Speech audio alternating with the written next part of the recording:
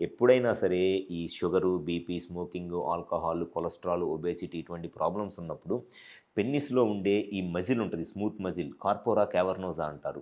ఈ మజిల్ అనేది డ్యామేజ్ అయిపోయిద్ది స్లోగా. ఈ మజిల్ అనేది ఎంత హెల్తీగా ఉంటే సెక్షువల్ ఫీలింగ్స్ వచ్చినప్పుడు దీనికి బ్లడ్ అంత ఎక్కువగా వచ్చిద్ది. సో, ఈ మజిల్‌లోకి బ్లడ్ వచ్చినప్పుడు ఇక్కడున్న మజిల్ కంప్లీట్‌గా స్ట్రెచ్ అయ్యి, రిలాక్స్ అయ్యి దానివల్ల పెన్నిస్ పెద్దగా అయ్యిద్ది, ఎరెక్షన్ వస్తది.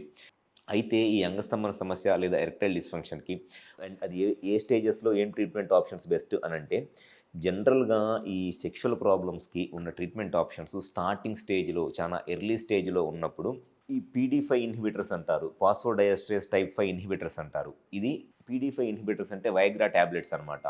ఈ వైగ్రా టాబ్లెట్స్ స్టార్టింగ్ స్టేజెస్‌లో లో డోస్‌లో తీసుకోవటం వల్ల చాలామందికి ఈ అంగస్తంభన సమస్య అనేది క్లియర్ అయిపోయిద్ది. కొంతమందిలో ఎవరిలో అయితే హార్మోన్ ప్రాబ్లమ్స్ ఉంటాయో, టెస్టోస్టెరాన్ హార్మోన్ ప్రాబ్లమ్ గానివ్వండి, లేకపోతే ప్రొలాక్టిన్ హార్మోన్ ఎక్కువ ఉండటము, అట్లాంటి ప్రాబ్లమ్స్ వల్ల అంగస్తంభన సమస్య వస్తుంటే, అటువంటి వాళ్ళలో ఈ హార్మోన్స్‌ని కరెక్ట్ చేయటం వల్ల వాళ్ళకి అంగస్తంభన సమస్య అనేది క్లియర్ అయిపోయిద్ది. నెక్స్ట్ స్టేజ్‌లో కొంత హైయర్ డోస్ టాబ్లెట్స్ వేసుకోవాల్సి వచ్చిద్ది. లేకపోతే ఈ పీడీ5 ఇన్హిబిటర్సే కాంబినేషన్ టాబ్లెట్స్‌తో వేసుకోవాల్సి వచ్చిద్ది. అది సెకండ్ లైన్ ఆఫ్ ట్రీట్మెంటు. ఆ టాబ్లెట్స్‌తో గనక రావట్లేదు అనంటే నెక్స్ట్ లైన్ ఆఫ్ ట్రీట్మెంట్ వచ్చేసి షాక్ వేవ్ థెరపీ అంటారు. లో intensity extra corporeal shock wave therapy. లేదా దీన్నే పిజో వేవ్ థెరపీ అంటారు. లేదా ఈఎస్‌డబ్ల్యూ ట్రీట్మెంట్ అంటారు. సో, ఈ ఈ ట్రీట్మెంట్‌తో ఏదైనా ఎరెక్షన్స్ ఇంప్రూవ్ అవ్వటానికి యూజ్ ఉంటదిలే గానీ, లో ఇంటెన్సిటీ షాక్ వేవ్ థెరపీతో ఇంట్రా క్యావర్నోజల్ ఇంజెక్షన్స్‌తో అయితే మటికి ఎటువంటి యూజు ఉండదు.